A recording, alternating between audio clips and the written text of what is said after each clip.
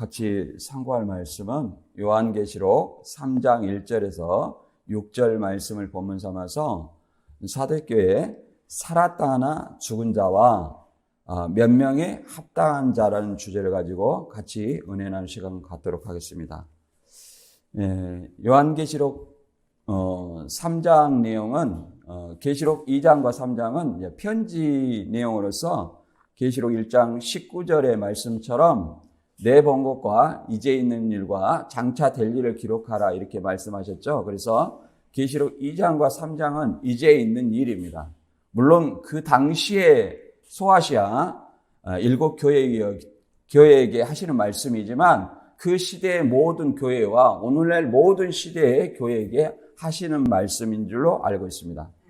그래서 이 사대교회는 살았다 하는 이름은 가졌지만 죽은 자라고 이렇게 말하고 또 거기에 죽은 어떤 신앙이 있는 반면에 또 예수님과 동행하는 흰옷 입고 동행하는 몇 명의 주님의 합당한 자가 있어요. 그리고 또 그 흰옷 입은 몇 명은 이기는 자라고 얘기를 합니다. 그래서 예수님께서는 이제 성령을 통해서 이기는 자에게는 흰옷과 생명책에 기록해 주겠다 이렇게 약속한 말씀이 이 사대교회의 말씀입니다. 그래서 이게 크게 네 가지 상황을 알아보겠습니다. 성경은 그 시대적 배경 또 지리적 배경을 통해서 그 상황을 통해서 장례사를 베푸시고 또 그 말씀을 기록하시거든요. 그래서 사대교회의 지리적 상황 그 배경을 첫 번째로 알아보고요. 그 다음에 두 번째 이 사대교회를 살았다 하는 이름은 가졌으나 죽은 자라는 의미는 어떤 의미인가? 그 다음에 세 번째는 과연 주님과 동행한 흰옷 입은 몇 명은 왜 주님과 동행하는가? 이것에 대해서 알아보고 그 다음에 네 번째는 이제 이기는 자에게 약속한 흰옷과 생명책은 무엇인가? 이렇게 네 가지를 알아보도록 하겠습니다. 우리가 이제 대부분 이 관심 있는 부분은 흰옷, 이 생명책 이것이 많이 사람들의 입에 오르내리고 관심이 있을 거예요. 예수님의 재림한다고 약속을 잡는 이 시한부들이 대부분 그 날짜를 잡으면 입는 옷이 뭐냐면 하얀 옷 입고 어디 특정한 장소에 모여서 올라간다고 이렇게 기다리고 있어요. 그러나 이렇게 대부분 불발되었죠. 이제 그런 것은 주님의 오시는 날이 사람으로는 알 수 없다고 그랬어요. 그러니까 안다고 하는 것 자체가 거짓말인데 그렇게 말하고 있습니다. 또 이 생명책은 이단들이 자기들의 어떤 교족부를 생명책이라고 해갖고 너 이게 그걸로 협박을 합니다. 너 이게 이름 지워버려 이렇게. 그리고 자기 그 교족부에 이름이 이름이 기록된 것을 생명책에 기록됐다 이렇게 얘기를 합니다. 그러면 이 과연 생명책은 무엇인가? 우리가 이걸 차근차근 이제 알아보도록 하겠습니다. 본문 요한계시록 3장 1절에서 6절 같이 읽어보겠습니다. 사대교회 사자에게 편지하기를 하나님의 7영과 7별을 가진 이가 가라되 내가 내 행위를 아노니 내가 살았다 하는 이름은 가졌으나 죽은 자로다. 너는 일깨워 그 남은 바 죽게 된 것을 굳게 하라. 내 하나님 앞에 내 행위의 온전한 것을 찾지 못하였노니 그러므로 내가 어떻게 받았으며 어떻게 들었는지 생각하고 지키어 회개하라. 만일 일깨지 아니하면 내가 도적같이 이르리니 어느 시에 내가 내게 임할는지 내가 알지 못하리라. 그러나 사대에 그 옷을 더럽히지 아니한 자 몇 명이 내게 있어 흰 옷을 입고 나와 함께 다니리니 그들은 합당한 자인 연고라. 이기는 자는 이와 같이 흰 옷을 입을 것이요 내가 그 이름을 생명책에서 반드시 흐리지 아니하고 그 이름을 내 아버지 앞과 그 천사들 앞에서 시인하리라. 귀 있는 자는 성령이 교회들에게 하시는 말씀을 들을지어다. 아멘. 우리가 이렇게 보면 항상 예수님의 소개를 하고 그 다음에 그 교회의 상황을 정확히 아시면서 먼저 칭찬, 그 다음에 책망, 그리고 약속 이렇게 보통 편지 내용이 기록되어 있습니다. 그러나 이 사대교회는 칭찬이 없는 교회예요. 그래서 책망과 경고가 많은 어떤 교회 중에 하나입니다. 그러나 서머나 교회와 빌라델비아 교회는 칭찬만 있는 교회예요. 그래서 이렇게 교회마다 각 상황이 다릅니다. 우리가 이 앞번에 배웠던 교회 에베소부터 잠깐 살펴보면 에베소 교회는 거짓 사도를 드러내서 자칭 사도라는 사람의 거짓된 것을 드러내서 영적 전쟁에서는 굉장히 승리한 교회였습니다. 그러나 뭐가 부족했냐면 첫사랑을 잃어버렸다는 거예요. 그래서 촛대를 옮겨버린다 이렇게 말하고 있습니다. 그래서 촛대는 어떤 교회의 사명이거든요. 그래서 영적 전쟁도 중요하지만 성도 간의 교제의 어떤 사랑도 굉장히 중요하다고 말하고 있습니다. 교회의 기본은 그래서 사랑이다 이렇게 얘기를 하고 있습니다. 그리고 이제 서머나 교회는 자칭 유대인의 어떤 비방으로 인해서 이제 황제 숭배를 거부하는 그리스도인을 고발했어요. 비난했어요. 그래서 그걸로 인해서 서머나 교회 감독 폴리캅과 빌라델비아 교회 11명의 성도가 순교한 그 역사가 있습니다.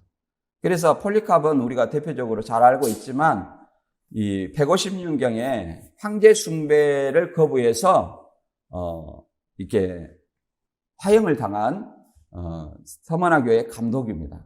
그래서 예수님을 거부해라, 부인해라. 그러면 화형을 당하지 않겠다. 이렇게 얘기를 권명을 했어도 주님은 나에게 아무런 잘못도 하지 않았는데 내가 어떻게 주님을 부인할 수 있겠느냐 하고 화형을 당한 사람입니다. 그래서 죽도록 충성한 교회라 이렇게 말하고 있죠. 오늘날 과연 그러한 믿음을 가질 사람이 몇 명이나 되겠는가 우리는 생각해 볼 수 있죠. 그 다음에 버가모 교회는 사단의 권자가 있는 곳에서 안디바가 순교했다 이렇게 얘기를 합니다.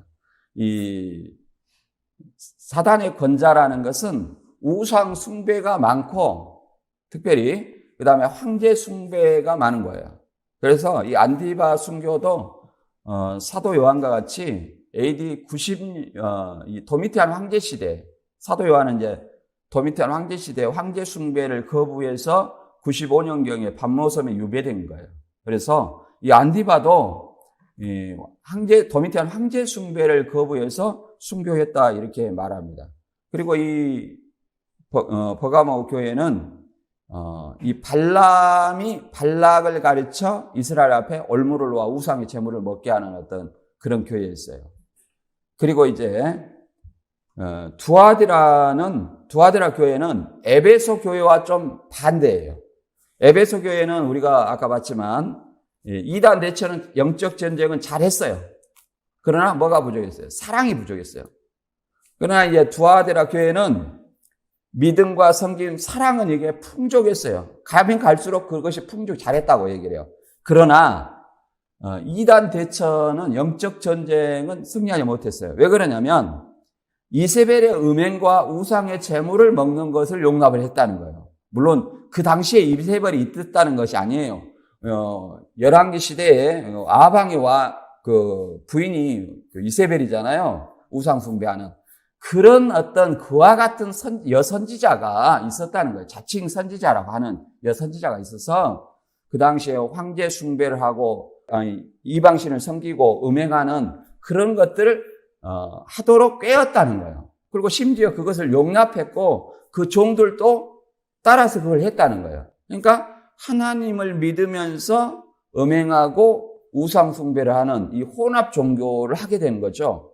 오늘날로 말하면 예수님을 믿으면서 다른 신들을 믿어도 괜찮다. 이게 오늘로 보면 종교다원주의 WCC나 WEA 이런 거와 같은 거예요.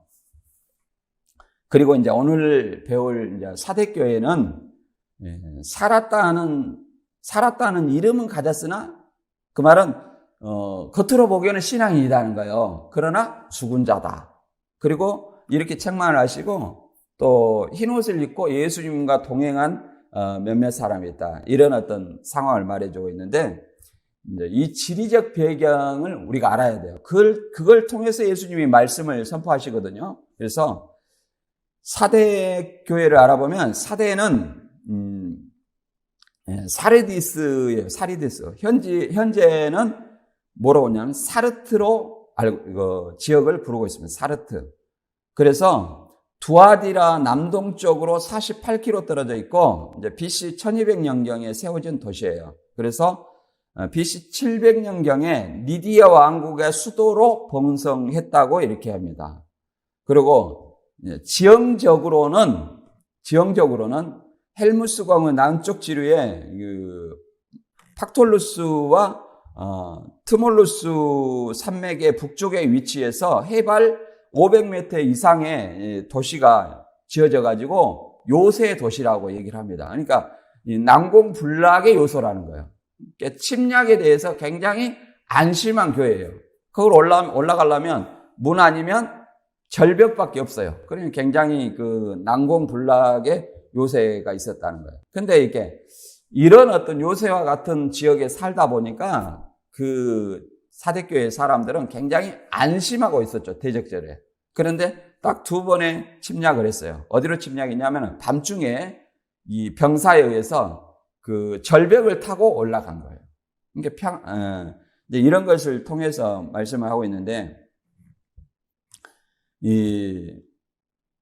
그래서 예수님은 이걸 통해서 내가 밤중에 도적같이 임한다 이런 어떤 말씀을 남겨주셨거든요. 그리고 이 사대교회는 아데미 신전, 다산의 여신 아데미 신전과 그 다음에 뭐가 있냐면 태양신 아폴론 신이 있었어요. 그러니까 우상 숭배도 했다는 얘기죠. 혼합 종교가 이때도 있었다고 우리가 살펴볼 수 있습니다. 그래서 이런 우상 숭배, 하나님을 믿지만 우상 숭배하는 것을 뭐라고 하냐면 살았다 하는 이름은 가졌으나 죽은 자다.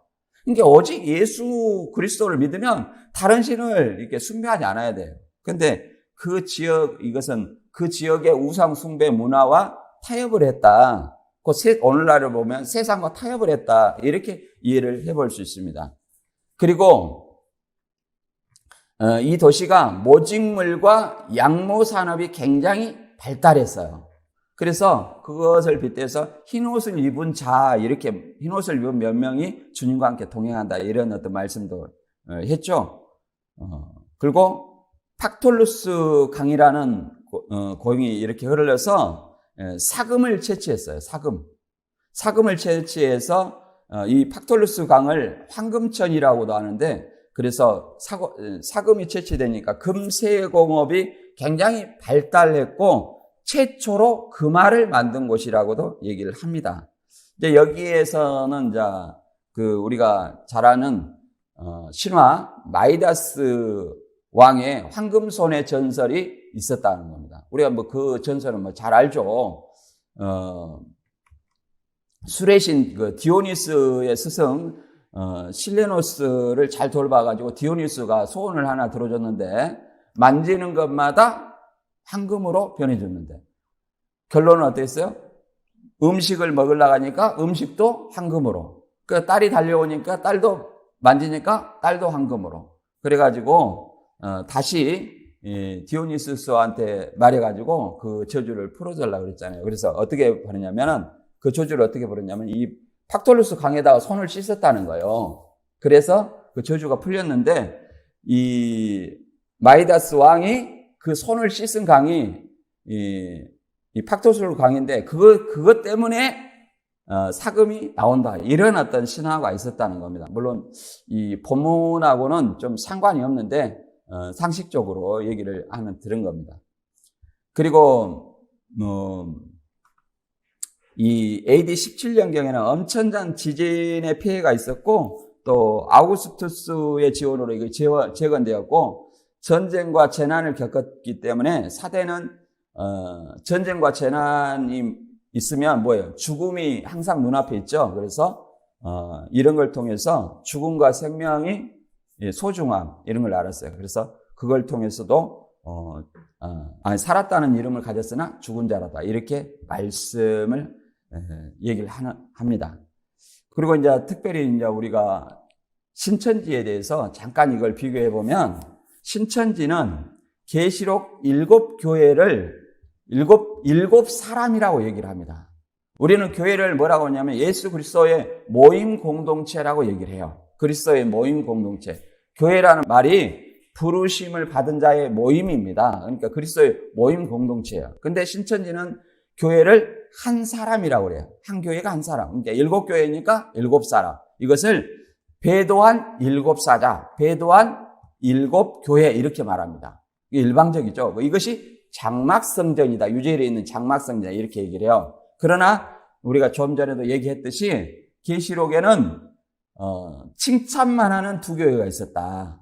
서머나 교회와 빌라델비아. 그러니까 배도한 7사자, 배도한 7교회 이렇게 해도 신천지 논리로도 맞지 않는 모순이 드러나는 거예요. 그리고 한 사람이니까 사대의 몇 명 이런 것이 나올 수가 없어요. 근데 이제 이 한 사람이라고 해놓고 또 이 사대교회는 이 백만봉 씨라는 사람이 이 장막성전에 떨어져 나온 사람을 78년도에 모아가지고 약 120명 정도 모았다는 겁니다. 그래가지고 이제 이만희 씨가 거기에 이제 또 12제자 중에 한 명 있었다는 겁니다. 교주들은 뭔가 종교 사업을 하면 먼저 오면 12제자, 나중 오면 24장로 뭐 이렇게 해가지고 12지파를 또 나누어요. 이제 모방과 사칭 사기죠. 이렇게 얘기를 합니다. 그리고 이 사대의 희노님은 몇 명을 뭐라고 말하냐면 밀한대 보리석대다. 그래갖고 4사람. 밀한대는 이만희 씨. 보리석대는 3사람이다. 근데 이제 그 사대교회를 백만봉씨라고 했는데 거기서 한 10여 명이 넘게 나왔어요. 그래갖고 80년 3월 14일 날 그 이만희 씨 사택에서 예배를 드려가지고 계시록 10장을 예배를 하면서 그랬다고 얘기 안 합니다. 내가 사도 요한입니다. 이렇게 얘기했다는 거예요. 그러니까 자기가 사도 요한이라고 하면 사도 요한이 됩니까? 예, 말이 안 되는 얘기죠. 그래서 우리가 이런 점을 봤을 때 이단들은 성경을 이루는 것이 아니라 모방과 사칭 사기다. 성경을 이루시는 분은 하나님과 예수님이에요.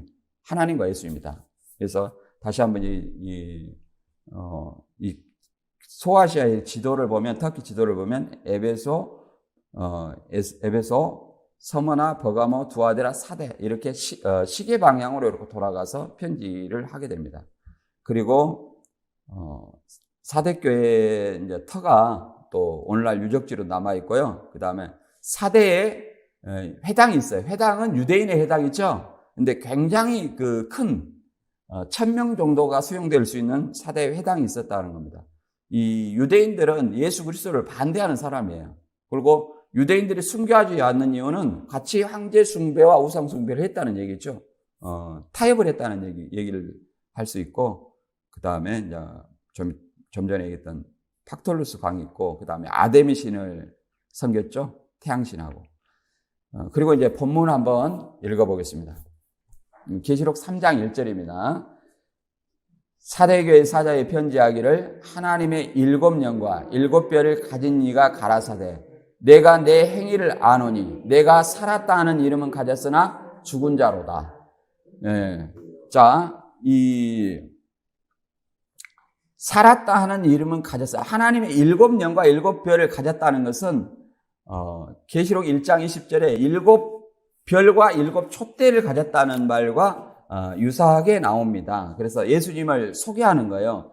하나님의 7영은 성령을 얘기해요. 그럼 왜 7이라 했냐? 7이라는 것은 완전수입니다. 그래서 성령의 완전함을 얘기를 하는 거예요. 그리고 예수님 오른손에서 7영을 가졌다는 것은 예수님께서 성령을 통해서 교회에게 역사한다는 사실을 설명하고 있는 거예요. 그리고 이 살았다는 이름을 가졌으나 죽은 자라고 얘기를 하는 것은 말 그대로 조금 전에 얘기했지만 이 사대의 그 성이 난공불락의 요소이기 때문에 굉장히 안심하고 있었다. 그런 높은 곳에 암벽으로 돼 있어요. 들어가는 길은 완벽으로 돼 있어서 난공불락의 성을 믿고 굉장히 안일한 생활을 영위를 했었어요. 근데 딱 2번의 침공이 있었다고 그랬죠. 이 2번은 BC 547년 바사왕 고레스가 점령한 바가 있고요. BC 218년에 안티오코스 대제가 함락을 했어요. 근데 이게 함락할 때 밤중에 병사들이 이 절벽을 기어 올라가지고 문을 열어가지고 이제 평안하게 있을 때 점령을 했다 이렇게 말합니다. 그래서 오늘 이것을 통해서 우리 오늘날 신앙을 일깨우는 거예요. 살았다는 이름은 가졌으나 죽은 자다는 것은 평안하다, 안전하다. 나 구원받았으니까 평안하다, 안전하다 이렇게 생각하는 거예요. 그러나 하나님 볼 때, 예수님 볼 때 그 행위는 죽은 행실이라 이렇게 얘기를 하는 겁니다. 어떤 거냐면 우상 숭배와 또 예수 그리스도에 대한 어떤 안일함 이런 것들이 죽은 행실이라 얘기를 하죠. 그래서 우리가 보면 디도서 1장 16절에 보면 저희가 하나님을 시인하나 행위로는 부인하는 자니 복종치 아니하는 자요 모든 선한 일에 버리운 자나 이렇게 말하고 있습니다. 그래서 입으로는 시인해요. 그러나 행위로는 그걸 못 따라간다는 거예요. 이게 뭐야? 외식하는 자라고도 얘기를 합니다. 외식하는 자.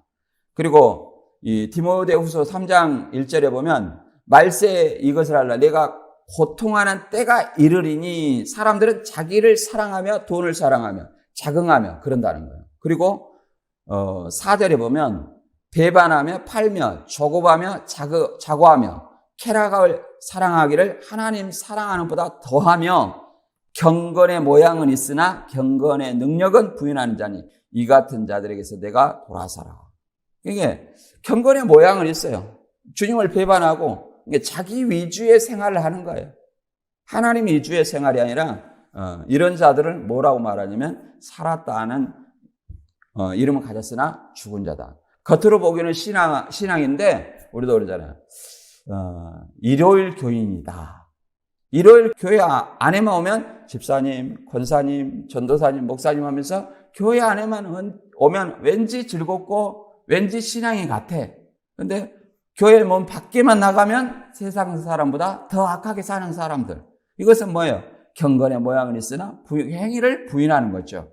이런 사람들을 저런 때 이것을 외식이라고 하거든요. 위선자라고 얘기를 합니다. 그래서 마태 23장 27절에 서기관 바리새인들을 그렇게 말해요. 뭐라고 하냐면 화 있을진저 외식하는 서기관 바리새인들이요 회칠한 무덤 같으니 겉으로는 아름답게 보이나 그 안에는 죽은 사람의 뼈와 모든 더러운 것이 가득하도다. 이와 같이 너희도 겉으로는 사람에게 옳게 보이되 안으로는 외식과 불법이 가득하도다. 이렇게 말합니다. 그러니까 겉으로는 옳게 보여요. 신앙인처럼 보인단 말이에요. 그러나 안에는 외식은 위선입니다. 밖에서 밥 먹는 걸 얘기하는 거 아니에요. 위선적인. 말은 옳게 하지만 행동으로는 그렇게 따르지 않는 이선적인 행동을 한다는 거예요. 이런 사람들을 뭐예요? 회칠한 무덤이라고 얘기를 하는 거예요. 죽은 자다. 그래서 이 서기관 바리새인들은 자기는 말은 옳게 해요. 율법을 이렇게 가르쳐요. 그리고 무거운 짐을 백성들한테 지우고 자기는 손 하나로 까딱 안 한다는 거예요. 이런 사람을 서기관 바리새인들이라고 얘기를 합니다. 오늘날 우리도 마찬가지예요. 입으로만 주여 하면서 자기 행위는 그렇게 못 따라가는 거예요. 이런 신앙을 우리는 굉장히 경계해야 될 줄로 믿습니다. 그리고 계시록 3장 2절에는 이제 계속 책망을 하시는데 읽어보겠습니다. 너는 일깨워 그 남은 바 죽게 된 것을 굳게 하라. 내 하나님 앞에 내 행위의 온전한 것을 찾지 못하였느니 그러므로 내가 어떻게 받았으며 어떻게 들었는지 생각하고 지키어 회개하라. 만일 일깨지 아니하면 내가 도적같이 이르리니 어느 시에 내가 임할는지 내가 알지 못하리라. 이렇게 말하고 있습니다. 여기서 이제 일깨워 그 남은 바 죽게 된 것을 굳게 하라. 그 말은 죽어가고 있다는 거예요. 죽어가고 있으니까 그 남은 것이라도 빨리 일깨워라. 네가 지금 하나님 앞에 온전한 행위를 찾지 못했다. 계속 책망이잖아요. 그래서 내가 처음에 어떻게 받았으며 어떻게 들었는지 뭘 받고 뭘 들었을까요? 주님의 복음을 얘기합니다. 주님의 복음을 받았을 때, 들었을 때 얼마나 기뻤냐 이 말이에요. 갈라디아 교인들한테 그렇게 말 많이 합니다. 그러나 나중에 이제 시간이 지나자 처음에 어떻게 복음을 받았으며 어떻게 들었는지 생각지 아니하고 다시 옛날 그 율법 숭배하는, 율법을 쫓는 그런 생활로 다시 돌아가는 사람들이 갈라디아 교인들이었습니다. 우리도 마찬가지예요. 처음 내가 예수님을 믿을 때는 진짜 너무나 감사하다 그렇게 생각했지만 나중에는 점점 그 처음에 예수님을 믿었던 그 열정, 그런 것들이 식어간다는 거예요. 이게 우리 인간의 모습이에요. 그래서 이 일깨워 그 남은 바 죽게 된 것을 굳게 하라. 이제 이 말이 어려운데 세 번역에는 이렇게 설명하고 있습니다. 깨어나라. 그리고 아직 남아있지만 막 죽어가는 자들을 굳건하게 하여라. 나는 내 행위가 나의 하나님 앞에서 완전하다고 생각지 않는다. 그러니까 일깨워라는 것은 죽어가니까 일깨워라는 거예요. 죽어가니까. 그래서 뭐 헬라어로는 기느그로라는 현대의 능동 분사예요. 계속적으로 깨어라는 거예요. 계속적인 경성, 계속적으로 일깨우라는 거예요. 사도 바울은 에베소에 3년이나 머물러 있으면서 3년 동안 눈물로 내가 너희를 일깨운 것을 기억하라. 그러면서 사도 바울이 떠나면 이리가 온다는 것을 이미 말씀해 주고 있었어요. 우리한테는 항상 나는 안전하는 것이 아니라 항상 나에게 이단의 미혹이 다가온다는 것을 항상 경계해야 됩니다. 뭘 해야 되냐면 우리가 예수 믿기만 하면 물론 구원이에요. 그러나 신앙에는 어린아이 신앙과 장성한 자의 신앙이 있어요. 에베소서 4장 13절에는 뭐라고 말하냐면 우리가 다 하나님의 아들을 믿는 것과 아는 일에 하나가 되어 온전한 사람을 이루어 그리스도 장성한 분량이 충만한 데까지 이르러야 된다. 그래야 어린아이처럼 사람의 계술과 교훈에 밀려 요동하지 않는다는 거예요. 근데 우리는 20년, 30년 돼도 이 성경의 기본적인 교리를 모르니까 이렇게 다 이달에 빠지는 거 아닙니까? 뭐 오늘날 예수님이 과천에 왔네, 오치 왔네 이렇게 얘기를 하니까 그걸 믿는 거 아니에요. 사람한테 왔다고. 뭐 재림 때 뭐 약속의 목자가 있니, 이긴 자가 자기라느니 뭐 이런 식 얘기를 하니까 다 그렇게 빠지는 거 아닙니까? 그러면 그 말이 무슨 뜻인지 몰라요. 그리고 성령을 받았습니까? 어떻게 받는지, 어떻게 뭐 성령의 역사를 하는지 이걸 몰라. 그러니까 자기 기준대로만 생각을 하는 거예요. 이게 뭐예요? 어린아이 신앙이다. 그래서 믿으면 그 다음에 그리스도의 장성한 분량에 충만한 데까지 뭘 쌓아야 돼요? 지식이죠. 지식을 통해서 장성해요. 우리가 교훈을 통해서, 교훈도 잘못된 건 아니에요. 어렸을 때는 젖을 먹죠. 젖 먹는 것이 뭐 잘못입니까? 그러나 세월이 오래됐어도 계속 젖을 먹으면 그거는 잘못된 거다 그 말이에요. 세월이 오래됐으면 우리가 이제 뭘 해야 돼요? 성경의 지식을 쌓아야죠. 예수를 안 믿었을 때는 예수를 믿으라고 해야 돼요. 그럼 믿었으면 믿었으면 우리가 그리스도를 올바로 믿는 어떤 젖먹는 신앙이 있고, 그 다음에 세월이 지나면 어때야 돼요? 지식을 통해서 장성한 자야 돼요. 장성한 자는 또 어떻게 해야 돼요? 어린아이의 신앙들을 배려해야 돼요. 배려해야 돼요. 왜 그러냐면 그도 그리스도가 부르신 사람이거든요. 내 신앙을 가지고 다른 사람을 멸시해서는 안 되고 걸림이 되게 해서는 안 돼요. 유대인이나 헬라인이나 교회의 거침이 되지 말라고 하잖아요. 그래서 이 장성한 사람은 자기 기준이 아니라 누구 기준이냐? 타인의 기준이고, 교회에서는 자기 기준이 아니라 누구 기준이냐? 교회의 덕과 유익이라고 이렇게 말합니다. 그래서 우리가 다 이런 어떤 신앙이 되어야 하겠습니다. 그래서 이 복음을 들었는데 회개하지 않으면, 지금 온전하지 못한 행위를 회개하지 아니하면 예수님이 도적같이 이른다 이렇게 말하는 거예요. 너희는 그날과 그 시를 알지 못한다는 거예요. 근데 이단들은 다 그날과 그 시를 알죠. 그래서 날짜를 잡는 사람은 다 가짜다. 근데 이제 이것을 제가 이렇게 돌아보니까 날짜를 안다고 하는 사람이 있어요. 그 구절은 어떤 구절이냐? 데살로니가전서 5장 1절부터 6절이에요. 5장 2절부터 한번 읽어볼게요. 데살로니가전서 5장 2절. 주의 날이 밤에 도적같이 이를 줄을 너희 자신이 자세히 알미라. 저희가 평안하다 안전하다 할 그때 잉태된 여자에게 해산의 고통에 이른과 같이 멸망이 호련히 저에게 이르니 결단코 피하지 못하리라. 형제들아 너희는 어둠에 있지 아니하며 그날이 도적같이 너희에게 이르지 못하리니. 그러니까 형제들아 너희는 어둠에 있지 아니하며 그날이 도적같이 이르지 못하리니. 그러니까 도적같이 임하지 못하니까 알게 온다. 이것을 알게 온다. 그러니까 도적이 들어온다고 예를 들어서 밤중에 도적이 들어오죠. 그런데 도적은 주인이 잘 때 오는 거예요. 주인이 생각지 못할 때 오는 거예요. 그래야 도적 훔칠 수 있잖아요. 그런데 주인이 항상 잠을 안 자고 깨어 있어. 그러면 도적이 언제 오든지 그 도적을 잡을 수 있어요. 예수님도 마찬가지예요. 이걸 얘기하는 거예요. 예수님도 우리가 잠자는 신앙, 죽은 신앙을 할 때 온다는 거예요. 만약에 오늘 오후에나 내일이나 오늘 밤에나 이렇게 온다면 과연 나는 예수님을 이 도적같이가 아니라 예수님을 언제 오든지 맞이할 수 있는가, 우리 자신을 생각해 봐야 돼요.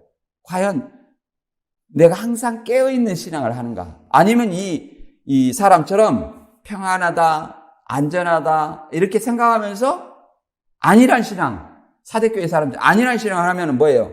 멸망이, 여자가 해산의 고통이 이른 것 같이, 해산의 고통은 우리가 대충 산딸은 기억하지만 언제 해산의 고통이 온 줄 모른다고 성경은 얘기하고 있어요. 이거 여자가 해산의 고통이 언제 올 줄 모른대요. 그렇잖아요. 우리가 보면 그냥 순식간에 오는 거예요. 자기도 모르게.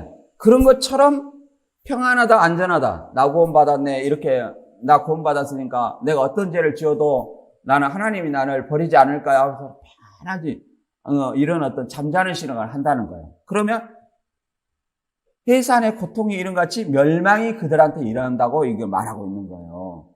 그러나 깨어있는 사람에게는, 빛의 아들에게는, 깨어있는 사람에게는 주의 날이, 그 날이 도적같이 너에게 임하지 못한다. 그거는 그 날짜를 안다는 얘기가 아니에요. 날짜를 안다는 얘기가 아니다. 이걸 가지고 다 날짜를 안다고 하더라고요. 근데 날짜를 아는 얘기가 아니라 어떤 얘기냐면, 우리가 이 열처녀 비유를 보면 이렇게 말합니다. 천국은 등을 들고 신랑을 맞으는 열처녀 같다, 이렇게 얘기합니다. 그러니까 열처녀는 신부도 아니고 들러리예요. 유대인의 결혼 예식을 비유해서 베풀어 놓는 거. 주님이 오시는 날을 이렇게 비유를 베풀어 놓은 거예요. 유대인들은 뭐냐면 신부가 집에 있고, 이제 여기는 신부 집에서 신랑을 맞이하는 그 배경을 얘기하는 거예요. 본래 혼인잔치는, 유대인 혼인잔치는 신랑 집에서 7일간 합니다. 신랑 집에 잔치를 준비해 놓고 이제 신랑이 밤중에 신부를 데리고 가는 거예요. 그때 신부 집에서는 들러리가 올리브 기름에 불을 밝혀가지고 신랑이 좀 늦게 올지 모르니까 넉넉하게 기름을 채워가지고 신랑을 이렇게 맞으러 가는 거예요. 그리고 신랑이 오면 신랑을 맞아가지고 신부가 있는 집에 들어가는 거예요. 요걸 비유로 해놓은 거예요. 근데 여기는 이제 슬기로운 5처녀, 미련한 처녀가 있어요. 근데 미련한 처녀는 신랑이 왔어요. 근데 기름을 나눠주려는 거예요. 지금 신랑이 눈앞에 오는데 기름 나눠줘야 됩니까? 그러잖아요. 지금 기름은 평소에 준비해야 되는 거예요. 평소에. 그래서 너희 쓸 것을 너희가 파는 자한테 사라 그런 거예요. 신랑이 눈앞에 온대 사러 가는 거예요. 그럼 맞이해요? 못 맞이해요? 못 맞이하죠? 그래서 준비한 사람은, 예비한 자들은 신랑과 함께 잔치집에 들어가고 문을 닫았어요. 뒤늦게 이제 미련한 자들이 기름을 준비하고 이렇게 오잖아요. 여기서 기름을 행실이다, 성령이다, 많은 말들이 있어요. 그러나 이걸 대입해 보면 파는 자예요, 파는 자. 파는 자한테 기름을 사거든요? 그러면 성령을 살 수 있습니까? 네. 시몬이 성령을 산다고 하니까 저주받으라 했어요. 그 다음에 옷을 살 수 있습니까? 옷은 스스로 깨끗하게 해야 되죠. 이런 행실도 살 수 있습니까? 행실은 자기가 이렇게 주님의 피에 깨끗하게 해야 되는 거예요. 근데 여기서는 뭐냐면은 기름이라는 것은 주님의 복음이에요, 복음. 복음인데 예수님이 어떻게 오는지에 대해서 말하고 있는 그런 복음을 얘기하는 거예요. 복음이라는 것은 예수님이 우리 죄를 위해서 죽으셨다가 3일 만에 살아나시고 다시 어떻게 오시는지 이것이 복음이에요. 이게 지금 신랑을 기다리는 기름이잖아요. 기름을 이렇게 갖고 신랑을 맞이하는, 그러니까 주님을 기다리는 복음의 말씀을 얘기를 한다. 그래서 이 말씀을 준비한 자만이 예수님을 영접한다는 거예요. 도적가치가 아니라. 그런 것처럼 결론이 뭐냐면, 내가 너희를 알지 못하라 미르는 자들 쳐냈잖아요. 그러니까 이런 두 부류를 통해서 결론이 뭐냐면, 그런즉 깨어 있으라. 너희는 그 날과 그 시를 알지 못하느니라. 유대인의 신랑 몇 시에 오는지를 몰라요. 날짜는 대충 알겠죠. 그러나 주님이 오는 것도 그 날과 그 시를 알지 못하는 거예요. 근데 항상 깨어 있어야 돼요. 그래야 언제 오든지 내가 오늘 오든지 내일 오든지 모레 오든지 영접할 수 있다는 거예요. 이걸 얘기하는 거지, 그날이 도적같이 임하지 못하리라 그러니까는, 알게 온다. 언제? 그러니까. 그날과 그 시를 알지 못하되 오직 아버지만 안다. 아버지는 뭐냐? 말씀이다. 그러니까 말씀을 알면 안다. 이런 논리예요. 요한복음 1장의 말씀은 아버지도 아니고 뭐냐면은 그리스도를 얘기하는 거예요. 그리스도. 이 성경책도 얘기를 하는 거 아니에요. 그리스도를 얘기하는 거예요. 네, 이렇게 오해합니다. 그리고 이 사도행전 1장 7절에도 120명의 제자들이 이스라엘 회복이 이때입니까? 이렇게 물어봤을 때도 뭐라고 말하냐면, 때와 기한은 아버지께서 자기의 권한에 뒀으니 너희 알 바 아니라 그랬어요. 그냥 알 바 아니라 하는데 그 날짜를 알고 싶은 거예요. 그 날짜를 알면 맨날 며칠 온다고 그때만 신앙하면 될 것 같아요. 그러잖아요. 도둑이 몇 시에 온다고 하면 그때만 지키면 될 거 아니에요. 그거 신앙입니까? 그건 신앙이 아니에요. 언제 오든지 내가 깨어 있어서 예수님을 맞이할 수 있는 이런 자세가 우리는 올바른 신앙이라 할 수 있습니다. 그 다음에 계시록 3장 4절에 이제 흰옷 입은 몇 명이 나오는데 한번 읽어보겠습니다. 그러나 사대에 그 옷을 더럽히지 아니한 자 몇 명이 내게 있어 흰옷을 입고 나와 함께 다니니 그들은 합당한 자인 연고라, 이렇게 말하고 있습니다. 그래서 흰옷은 헬라어로 루코이스예요. 그래서 이 견해는 그리스도의 속죄를 통해서 그걸 믿으면 받는 어떤 칭이, 예수님은 우리 죄를 가져가시고 십자가에 돌아가시고 예수님의 의가 우리한테 전가돼서 우리를 의롭다고 얘기해 주는 거예요. 이걸 얘기하고 이런 견해가 있고, 그 다음에 죄나 이교적인 혼합에서 분리시켜 자신을 거룩하게 하는 것, 이런 어떤 견해가 있습니다. 근데 이 두 가지 견해 다 틀리다고 말할 수 있어요. 다 맞는 거예요. 왜 그러냐면 이 사대교회가 우상 숭배와 혼합되어 있었잖아요. 그것에서 거룩하게 주님의 말씀만을 그러잖아요. 믿고 의를 지키는 사람들, 그런 사람이라고 말할 수 있잖아요. 그 사람을 뭐라고 그래요? 흰옷 입고 누가 동행해요? 예수님과 동행해서 합당한 자라, 이렇게 얘기를 하고 있습니다. 그래서 계시록 7장에도 뭐라고 말하냐면 7장 14절에도 이 흰옷 입은 사람이 무엇에 희게 되었냐 이렇게 물어봐요. 그래서 흰옷 입은 자는 누구냐 그러니까, 이는 큰 환난에서 나오는 자들인데 어린 양의 피에 그 옷을 씻어 희게 하였더라. 그러니까 이단들은 이 피를 말씀이다 그래요. 모든 것은 말씀 먹자 이걸로 끝나요. 근데 여기는 피는 예수 그리스도께서 우리 죄를 위해서 십자가에 대속하신 그 피, 죽음을 얘기해요. 희생의 죽음을 얘기하지 문자적인 말씀 이게 아니라는 거예요. 예, 그 피에, 그걸 예수님 우리의 대속하심을 믿으면 그 옷이 희게 되었다, 이렇게 말하는 겁니다. 그 피에 우리의 옷을 씻었다, 이렇게 얘기를 합니다. 그래서 히브리서 9장 14절에도 이렇게 말합니다. 하물며 영원한 성령으로 말미암아 흠없는 자기를 하나님께 드린 그리스도의 피가 어찌 너희 양심으로 죽은 행실에서 깨끗하게 하고 살아계신 하나님을 섬기게 못하겠느냐. 옷이라는 것은 행실을 상징하거든요. 그래서 그리스도의 피가 어찌 너희 양심으로 죽은 행실에서 깨끗하게 하고 하나님을 섬기게 못하겠느냐. 그러면 그리스도의 피를 통해서 우리 행실이 온전해야만이 하나님을 올바로 섬길 수 있다고 얘기를 하잖아요. 그러나 사대에 있는 이 사람은 옷을 더럽혔다 그 말이에요. 누구를 통해서? 혼합 종교, 이방 우상 숭배를 통해서 더럽힌 거예요. 세상과 타협했어요. 그래서 더럽혔다는 거예요. 그러지 아니한 사람들은 뭐예요? 흰 옷 입은 몇 명이 주님과 함께 동행한다. 이렇게 얘기를 하고 있습니다. 그 사람을 이제 뭐라고 하냐면 생명책에 농명 기록까지 해준다. 이렇게 흐리지 아니하고 반드시 시인해 준다는 말이 있어요. 3장 5절에 보면 이기는 자는 이와 같이 흰 옷을 입을 것이요 내가 그 이름을 생명책에서 반드시 흐리지 아니하고 그 이름을 내 아버지 앞과 그 천사들 앞에서 시인하리라. 기이는 자를 성령이 교회들이 가시는 말씀을 들을지어다. 이렇게 말하고 있습니다. 이기는 자는 그러니까 뭐 이게 교주들이 다 자기를 이기는 자라 그래요. 근데 성경에는 뭐 이렇게 이기는 자가 있고 이긴 자가 있어요. 이기는 자는 이기는 자들을 이기는 자로 표현한 겁니다. 집합을 대표한 단수로 표현하는 거예요. 집합을 대표한 단수다. 이기는 자들을 이기는 자. 사람들을 사람으로 표현할 수 있어요. 그렇듯이 우리가 이기는 자는 승리자라고 얘기도 하죠. 뭐라고 말하냐면 이기는 자는 지상교회의 성도를 얘기해요. 지금 7교회에서 이기는 자, 이기는 그러고 표현하고 있죠. 그래서 지상교회의 성도. 그 다음에 이긴 자는 과거형이에요. 과거형에서 천상교회의 성도를 얘기를 하고 있습니다. 이 지상교회를 이기는 자라고 얘기하는 것은 계속해서 오늘 이겨도 내일 계속 어떤 미혹에 내가 대비해야 되고 어떻게 해야 돼요?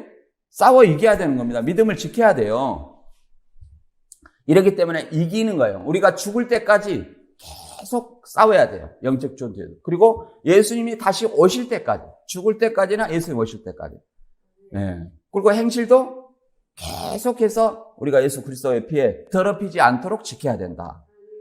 그리고 이 생명책에 흐리지 아니하고 그 말은 예수 그리스도를 믿는 사람은 이미 생명책에 농명된 거예요. 왜 그러냐면 구약에서는 이스라엘의 백성들은 이미 육적인 이스라엘 백성들은 이미 하나님의 시민권을 속한 자라고 해서 이미 전제를 하고 말하고 있습니다. 혈통으로. 그럼 오늘날은 혈통이 아니잖아요. 그래서 예수 그리스도를 믿는 자는 이미 생명책에 농명된 것으로 봅니다. 그래서 흐린다는 것은 농명된 것을 전제로 흐린다고 얘기를 하는 거예요. 뭐 교족부 이걸 얘기하는 거 아니에요. 교족부는 다 안상도 자기 교회 교족부가 생명책이라고, 신천지도 그렇고 교주들은 다 자기 교회 교족부가 생명책이라고 얘기를 합니다. 이런 것들은 완전히 성경적이 아니에요. 아전인수격인 해석이죠. 교주들이 생명책이라면 이 빌라델비아 교회의 이 성도들이 생명책이 이미 농명됐다는 말이 나옵니다. 그러면 이 사람들은 어떻게 될 것이냐? 이 말을 모르는데. 자, 한번 읽어보겠습니다. 빌립보서 4장 3절입니다. 또 참으로 나와 멍에를 같이 한 자 내게 구하노니 복음에 나와 함께 힘쓰던 저 부녀들을 돕고 또 글레멘드와 그 이외에 나의 동역자들을 도우라. 그 이름들은 생명책에 있느니라 그러잖아요. 복음에 힘쓰던 저 부녀들, 복음에 나와 함께 힘쓰던 저 부녀들, 글레멘드와 나의 동역자들 도우라. 그 이름은 생명책에 농명되어 있다. 그러면 이 사람들이, 이 빌립보 사람들이, 이만희를 합니까? 오늘날 우리나라 교주를 알아요? 모르잖아요. 그래서 이 사람들은 복음을 믿는 사람들이에요. 복음을 믿는 사람들이 이미 생명책에 농명이 되어 있다고 예수님이 이미 말씀하고 있어요. 그리고 누가복음 10장 20절에 귀신을 쫓고 돌아온 제자들한테 너희 이름이 하늘에 농명된 것으로 기록된 것으로 기뻐해라 이렇게 말하고 있습니다. 빌립보서 3장 20절에도 너희의 시민권은 하늘에 있다고 그래요. 예수 그리스도를 믿는 자는 이미 하늘의 시민이다 이렇게 말할 수 있다는 거예요.